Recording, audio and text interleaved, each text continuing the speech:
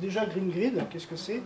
Donc c'est un consortium international qui regroupe différents organismes autour des data centers, qui est né d'un constat que l'industrie des data centers d'ici quelques années va être aussi importante en termes de génération de carbone et d'utilisation d'énergie que l'industrie aéronautique.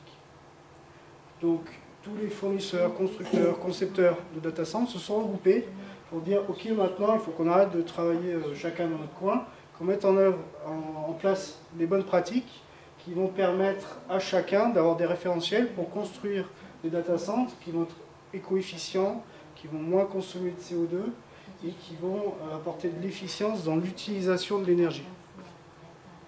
Donc on a décidé de publier ces indicateurs pour répondre à un besoin de transparence, pour répondre à un besoin d'instantanéité aussi, puisque c'est du temps réel, et puis pour marquer cet engagement-là et apporter ces éléments qui permettent aussi de démontrer notre démarche d'amélioration continue.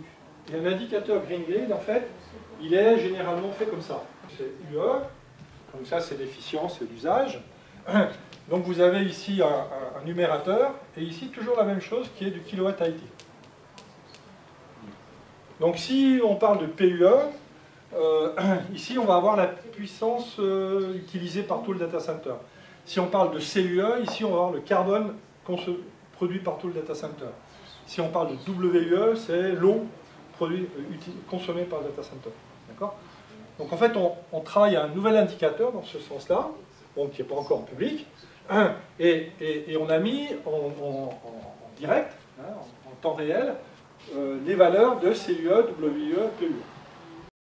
Il y en a encore un autre qui est le RE, qui est assez intéressant parce que lui, il permet de soustraire de votre consommation de production ici, celle que vous produisez avec l'énergie que vous consommez. Donc en termes de récupération d'énergie, pour dire. On a réussi à faire décarboner comment? Un, on achète de l'électricité verte, donc qui est certifiée hydraulique. Deux, on produit de l'électricité solaire. Et trois, la seule chose carbonée qu'on utilise, c'est le fuel des groupes électrogènes lorsqu'on met en route les groupes électrogènes.